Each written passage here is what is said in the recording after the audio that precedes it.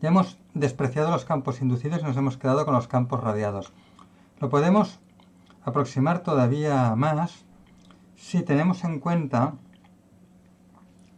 que se puede calcular de forma un poco más sencilla R menos R', que es R mayúscula. Fijaos que cuando el punto de observación, aquí está el observador, cuando el punto de observación es grande comparado con R', que son coordenadas que hay por dentro de la antena, estos dos rayos, el rayo R minúscula y el rayo R mayúscula, son aproximadamente paralelos. Entonces, cuando los rayos son aproximadamente paralelos, yo puedo hacer lo que se llama la aproximación de rayos paralelos, es decir, fijaos que si este punto de aquí yo lo estiro y me voy aquí muy lejos, si me voy muy lejos, pues las dos líneas son casi paralelas. Si las dos líneas son casi paralelas, la diferencia entre R y R', que es esto de aquí, esto sería la diferencia entre R y R', es básicamente la proyección de R' en la dirección R. Esto lo veo aquí en este dibujo que ya está hecho con los rayos totalmente paralelos. Y observo que la dirección entre R minúscula, que es el rayo de abajo, y R mayúscula, que es el rayo de arriba, pues es la diferencia entre los dos es R' proyectado sobre la dirección R. La proyección es un producto escalar, entonces R' proyectado sobre R es el producto escalar de R' por la dirección de R, que es R unitario. Entonces justamente esta línea roja de aquí, que es lo que he llamado delta, esta línea roja que es lo que he llamado delta, es R menos R'. Entonces yo puedo aproximar R mayúscula con R minúscula menos la diferencia entre ambas, que es R unitario por R'. Esto se podía haber obtenido también si yo calculo exactamente R mayúscula, si yo aquí observo que tengo un triángulo, aquí tengo un triángulo, pues si en este triángulo calculo R mayúscula, que es este cateto de arriba, este lado de arriba, este lado lo calculo exactamente con el teorema del coseno, me da esto. R mayúscula es esto según el teorema del coseno. Hago un desarrollo en serie de Taylor para R' pequeño comparado con R y me sale lo mismo. Esta aproximación de rayos paralelos también se puede obtener con un desarrollo en serie de Taylor. Entonces, bueno, pues vamos a aproximar R mayúscula con esta aproximación. Esto tengo que hacerlo porque fijaos, recordad que estamos aquí. Entonces esta R sale en varios sitios. R unitario, 1 partido por R, R unitario, 1 partido por R y luego en la exponencial. La R mayúscula sale en 3 sitios, como R unitario, como un 1 partido por R y luego en el argumento de la exponencial. Entonces lo que vemos es que si realmente estamos muy lejos de la antena,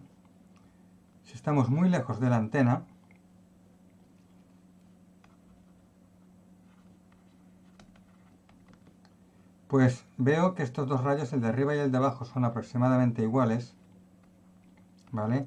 Y la dirección de R mayúscula es la misma que la de R minúscula porque son rayos paralelos.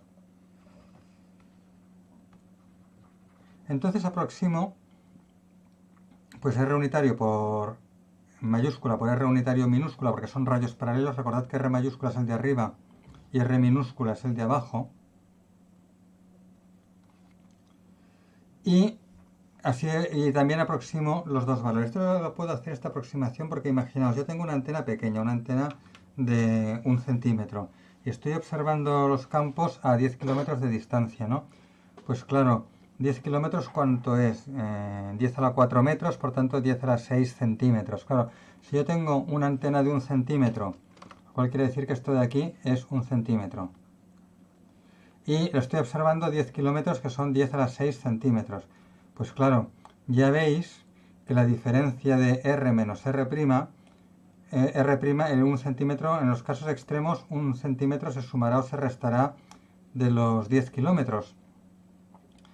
Pero vamos, tendré 10 a la 6 más 1 o 10 a la 6 menos 1, que es aproximadamente lo mismo que 10 a la 6 centímetros, ¿no? Entonces yo, en general, voy a poder aproximar R por R mayúscula, y por tanto su inverso, 1 partido por R por 1 partido por R minúscula, lo voy a poder aproximar normalmente, excepto en la exponencial. O sea, de los 3 sitios que aparecen la R, en la dirección, que es esto, y en 1 partido por R, aproximo directamente R mayúscula con R minúscula, por lo que os decía, porque la antena es pequeña y yo voy a estar observando la antena a distancias, observando el campo a distancias mucho más grandes que la antena.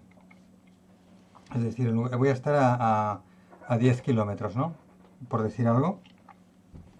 Incluso hay casos extremos, cuando es una antena instalada en un satélite geoestacionario, estoy observando el campo producido por esta antena radiado a 36.000 kilómetros de la antena, ¿no? Que es mucho. Entonces, claramente, en general, podemos aproximar R mayúscula con R minúscula, excepto en la fase. En la fase sí que hay que utilizar la aproximación de dos términos. Aproximar R mayúscula con R minúscula es tomar el primer término de la aproximación, que como os decía antes, esta aproximación también se puede obtener, esta aproximación de rayos paralelos, también se puede obtener con un desarrollo en serie de Taylor. Entonces aquí sería tomar el primer término del desarrollo en serie de Taylor. Cuando aproximo R mayúscula con R minúscula es el primer término del desarrollo en serie de Taylor. Pero luego, en la exponencial es necesario utilizar mínimo dos términos del desarrollo en serie de Taylor. ¿Por qué? Porque esta R va multiplicada por K. Entonces, fijaos, cuando yo utilizo la aproximación de dos términos, pues me queda aquí, R queda sustituido por la suma de los dos términos, va multiplicado por K, pues me queda KR menos K, R unitario por R', pero como está en el argumento de una exponencial, puedo descomponerlo en el producto de exponenciales. Entonces me queda una primera exponencial. Fijaos, esta primera exponencial corresponde directamente a la aproximación de R mayúscula con R minúscula. Nosotros teníamos esto. Si yo aproximo R mayúscula con R minúscula, obtengo la primera exponencial. Y cuando añado el segundo término del desarrollo en serie de Taylor, multiplico por la segunda exponencial. Entonces vamos a ver si la segunda exponencial es relevante o no hacía falta. Pues vamos a ver, es que aquí esto es una fase. Esto es una fase. Entonces, ¿qué pasa? Esto es una fase 2pi partido por lambda, que multiplica a R unitario por R'. Entonces, ¿qué pasa si R unitario por R' es comparable con lambda? Si R unitario con R' es comparable con lambda, esta fase es comparable con 2pi y por tanto es una fase importante. Y os digo un ejemplo. Nosotros volvemos al mismo ejemplo de antes. Estamos observando el campo a 10 kilómetros. El tamaño de la antena máximo que tiene es el máximo R' es 1 centímetro. Entonces, en el peor caso, R unitario por R' vale 1 centímetro. Pues claro, 1 centímetro es claramente despreciable frente a 10 a la 6 centímetros, que es el primer término. El primer término es 10 a la 6 centímetros. El segundo término es 1 centímetro por K. Entonces, claro, este 1 centímetro por K es 2pi partido por lambda por 1 centímetro. ¿Qué pasa si la lambda es de centímetros? Pues supongamos que la lambda es de 2 centímetros. Pues claro, 1 centímetro entre 2 centímetros es 0,5 por 2pi es pi. Tengo una fase pi que no puedo despreciar, que es una fase muy importante. Sería distinto si la lambda fuera de 100 metros, por decir algo.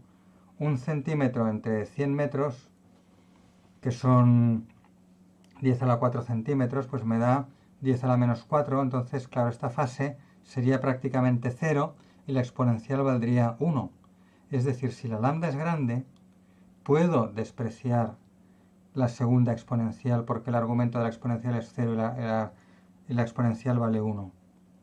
Pero en cambio, cuando el tamaño de la antena es comparable con lambda, no puedo despreciar esto. Esto solo lo puedo despreciar cuando el tamaño de la antena es pequeño comparado con lambda. Pero el tamaño de la antena, fijaos que R' me va ligado con el tamaño de la antena, porque va desde el origen hasta la máxima, hasta el borde de la antena, ¿no? Entonces las R' están ligadas con el tamaño de la antena. Si el tamaño de la antena es comparable con lambda, esto yo no lo puedo despreciar. Y si esto no lo puedo despreciar, la exponencial esta no vale 1. La exponencial esta será un número complejo, el que sea. Y por tanto tengo que utilizar los dos términos. Bueno, pues haciendo esto, sustituyendo estas aproximaciones de la R, y repito que se hace distinto en función de dónde sea, ¿eh? Hemos dicho que poníamos directamente R mayúscula igual a R minúscula en la dirección, lo mismo hacemos en el denominador, pero en cambio en las exponenciales ponemos esto, ¿vale? Pues haciendo esto, y aquí me salto todo el desarrollo, aquí tenemos el desarrollo, lo que me queda es esto. Me queda esto para el campo eléctrico y me queda para el campo magnético esto de aquí abajo, que luego no está enmarcado porque luego lo pondremos un poco más bonito. Entonces me salen unas expresiones, las dos expresiones que me salen tienen en común esta integral de la corriente por una exponencial que sale aquí en la integral, en la expresión del campo magnético, y también sale en la expresión del campo eléctrico. Entonces, esta integral que sale en las dos expresiones la definimos como vector de radiación. Lo tenemos aquí. Esto sí que es súper importante y lo voy a resaltar mucho. Esto de aquí es el vector de radiación. Es una definición, pero va muy bien porque me simplifica los cálculos el arrastrar la variable n en lugar de arrastrar la integral. Fijaos que este vector de radiación está definido, aquí lo tenemos, vector de radiación, está definido como la integral de la distribución de corrientes por la exponencial de jk R unitario por R'. Esta exponencial es el famoso segundo factor de la exponencial en la aproximación del desarrollo en Taylor de R mayúscula.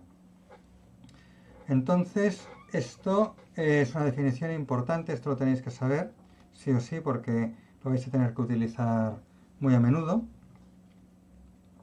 Entonces, utilizando esta definición, sustituyo aquí arriba la n y ¿qué me queda? El campo eléctrico j omega mu por esta onda esférica. Esta es la típica onda esférica de toda la vida que habéis visto seguramente en ondas, en ONLE. Y por R por N, ¿no? Entonces aquí tenemos el campo eléctrico en función de n como unas constantes jk. Antes teníamos arriba omega mu. Arriba me ha salido omega mu, ¿lo veis aquí? Omega mu. Pero resulta que omega mu es igual a k por eta. Omega mu es igual a k por eta, cosa que se demuestra muy fácilmente. Pero es fácil de recordar porque k es 2pi partido por lambda y eta es en el espacio libre, que en vacío, que es donde estamos, es 120 pi ohmios. Como son valores fáciles de recordar, porque quién se acuerda de lo que vale la omega de 4pi por 10 a la menos 7 y todo esto, pues lo que es fácil de acordar es la k. La k es 2pi partido por lambda, la eta, que es la impedancia de onda del medio, que como es aire, espacio libre, es aire que tiene la del vacío, es 120 pi, pues siempre utilizaremos k por eta, que nos queda mejor la fórmula y más fácil de recordar. Luego teníamos una onda esférica que he dicho antes. Esta que es una onda esférica. Y para el campo magnético algo muy similar. N por una constante, en este caso es menos jk, y por la onda esférica. Luego hay unos productos vectoriales por R. unitario. Como la R unitaria es unitaria, tiene módulo 1, esto simplemente son proyecciones y giros de la proyección. Entonces ya hablaremos un poco más de esto enseguida. Pero de momento nos quedamos con lo de la onda esférica, es decir, el campo me sale que tiene la fase de una onda esférica, fijaos, atenuación, la variación con R, la variación con el punto de observación,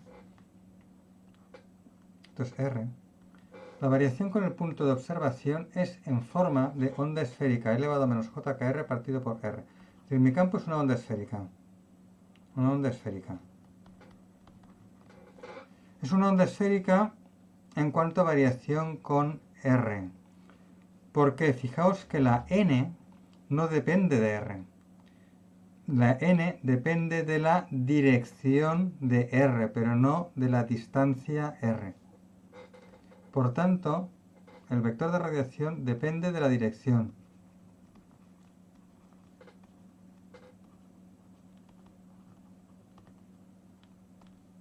Depende de la dirección R unitario, pero no de la distancia, que es el módulo de R. ¿Vale? Lo único que depende de la distancia, que es el módulo de R, es elevado a menos JKR partido por 4πr, es decir, la onda esférica. De hecho, el hecho de que n, vector de radiación, me dependa de la dirección de observación, ya me está dando la pista de que n me determina el diagrama de radiación. Lo que depende de la dirección de observación es n.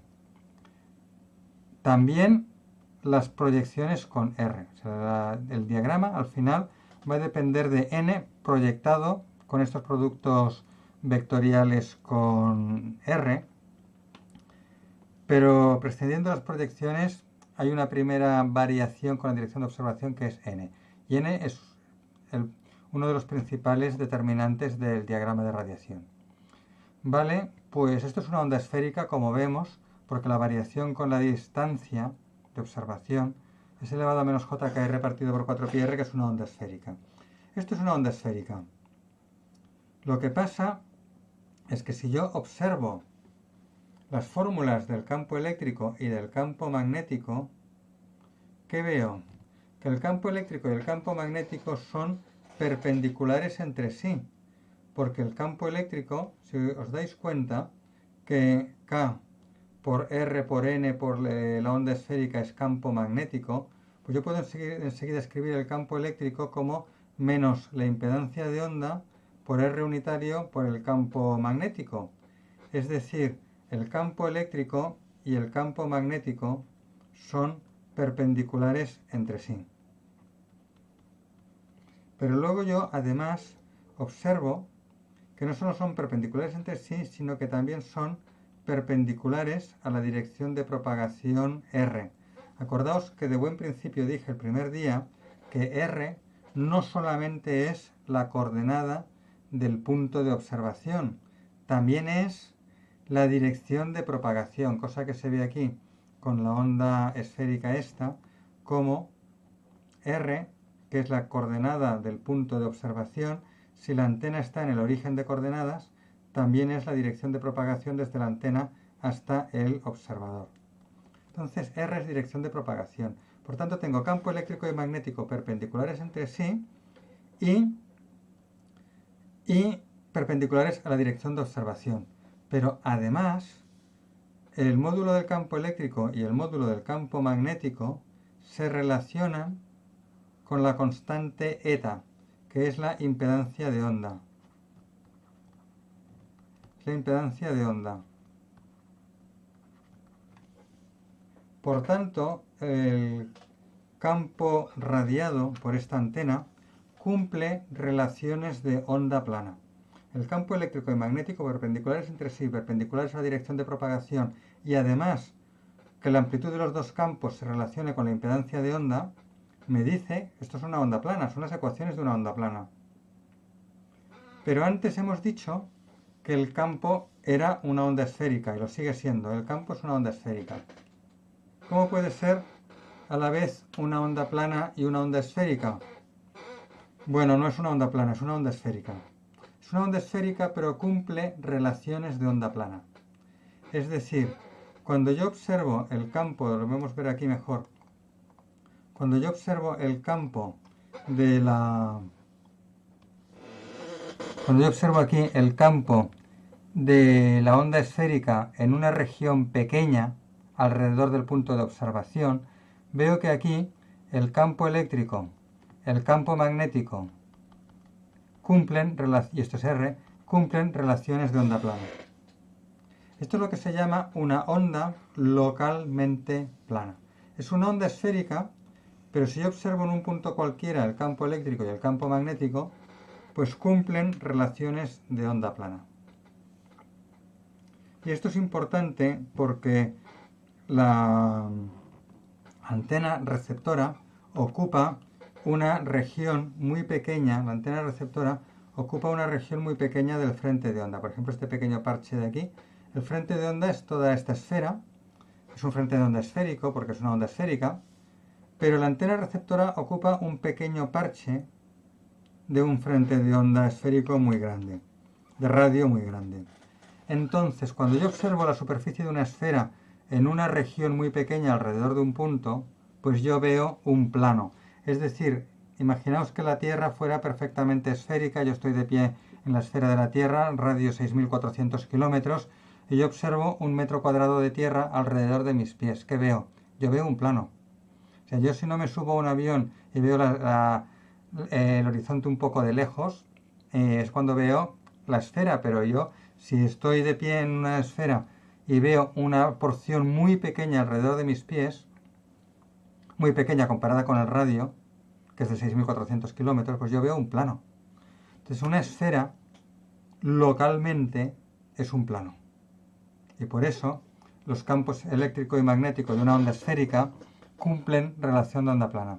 Y esto me va a ir muy bien porque yo en la antena receptora supondré que el campo que incide sobre la antena receptora es una onda plana.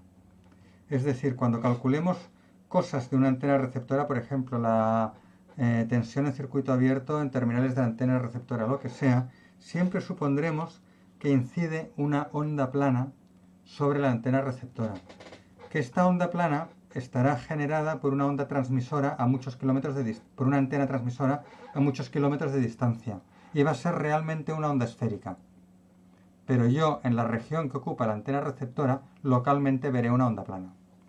Esto es importante. Esto es como cuando la luz que nos llega del Sol es también una onda esférica, pero yo observo la luz que entra por la ventana y ¿qué veo? Veo rayos paralelos y una onda plana, ¿no? Pues es lo mismo. Bueno, entonces, hemos hecho dos aproximaciones. La primera aproximación que hemos hecho es la de campos radiados, que es la aproximación de despreciar los campos inducidos, y una aproximación que valía para R mucho mayor que lambda, en la práctica simplemente mayor que lambda. Pero luego hemos hecho una segunda aproximación, que es la de rayos paralelos, que también se llama aproximación de campo lejano. Entonces esta aproximación era esta, ¿vale? Más o menos igual. Era esta aproximación de aquí. Claro, nos falta saber a qué distancia es válida esta aproximación, porque la primera, la de campos radiados, ya lo hemos dicho, para R mayor que lambda, pero la segunda aproximación que hemos hecho, ¿a partir de qué distancia es válida? Bueno, pues acordaos que esta eran los dos primeros términos de un desarrollo en serie de Taylor. Entonces, para ver a qué distancia es válida, lo que hay que hacer es calcular el error. El error será aproximadamente igual al tercer término del desarrollo en serie de Taylor, porque sabéis que cuando hay convergencia exponencial en una serie de Taylor, cada término es mucho mayor que la suma de los que siguen. Entonces, si el error son los términos desde el tercero hasta infinito, pero el tercero es mucho más grande que la suma del cuarto al infinito, pues el error es aproximadamente el tercer término, ¿no? Entonces nosotros calculamos el tercer término del desarrollo en serie de Taylor de el cálculo exacto de R con el teorema del coseno, y bueno, pues hacemos el desarrollo en serie de Taylor, obtenemos el tercer término y nos sale que es esto de aquí. Los dos primeros términos son justamente la aproximación de rayos paralelos que ya teníamos, esto es lo que ya teníamos, aproximación de rayos paralelos, y esto de aquí, el tercer término, será el error.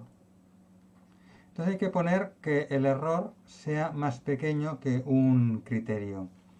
El criterio que se pone es que la fase, fijaos que el error este va multiplicado por k, porque todo esto viene de la... Acordaos que donde es conflictiva esta aproximación es en la fase, porque para el módulo aproximábamos R mayúscula con R minúscula y 1 partido por R, o sea, la dirección R mayúscula la aproximábamos con R minúscula, 1 partido por R mayúscula lo aproximábamos con 1 partido por R minúscula, con esto no había problema, pero me faltaba la fase, y la fase es donde había el problema y donde era conflictivo y donde era necesario ser finos aproximando R mayúscula. Y claro, hay que mirarlo en la fase. Entonces en la fase el error está multiplicado por k. Pues yo multiplico este error de aquí, lo multiplico por k y tiene que ser más pequeño que un umbral. ¿Qué umbral de fase pongo? Pues lo que está generalmente aceptado es que sea el error multiplicado por k, es decir, el error de fase, sea menor que pi octavos. A ver, pi octavos en el fondo en grados es bastante, ¿eh? Si pi son 180 grados, pues pi medios es 90, pi cuartos 45 y pi octavos será 22,5. O sea, 22,5 grados de error es bastante. Lo que pasa es que en términos de ingeniería es suficiente. Entonces lo damos por bueno. Entonces vamos a dar por bueno este error. Y bueno, si nos ponemos en el peor caso, en el cual R' toma el máximo valor posible, que es el máximo valor posible es que R' sea la mitad que el tamaño de la antena. Fijaos que si la antena tiene un tamaño D es el tamaño de la antena. Si D' es el tamaño de D es el tamaño de la antena y el origen de coordenadas está en el centro de la antena, el máximo valor de R' es la mitad del tamaño, la mitad de D. Y este seno que me aparece en el desarrollo en serie de Taylor es el seno de la dirección de observación con respecto al eje Z, que es θ. Entonces en el peor caso el seno valdrá 1, ¿no? Si me pongo en el peor caso R' igual a D medios y el seno igual a 1, pues el error multiplicado por k me da esto de aquí, tiene que ser más pequeño que pi octavos, despejo la R y me sale esta fórmula. Me sale esta fórmula que es muy importante y que también hay que saber, porque esta fórmula me dice cuál es la mínima distancia a la que tiene que estar el observador de la antena para que la aproximación a grandes distancias o aproximación de campo lejano sea válida. Esto se llama región de Fraunhofer. Esta es la zona que se llama, o también región de campo lejano. Far field es campo lejano o de Fraunhofer. Fraunhofer es un físico alemán de finales del siglo XVII, principios del XVIII, que hizo los primeros cálculos de estas cosas con luz, porque en aquella época no había ecuaciones de Maxwell ni había ondas electromagnéticas. Bueno, había ondas electromagnéticas, obviamente que había, ¿no? Pero no estaban formuladas las ecuaciones y no habían hecho experimentos, pero con luz sí que sabían hacer cálculos ya, y todo esto se dedujo en óptica ya muy hace pues 300 años por Fraunhofer, y por eso el nombre de región de Fraunhofer.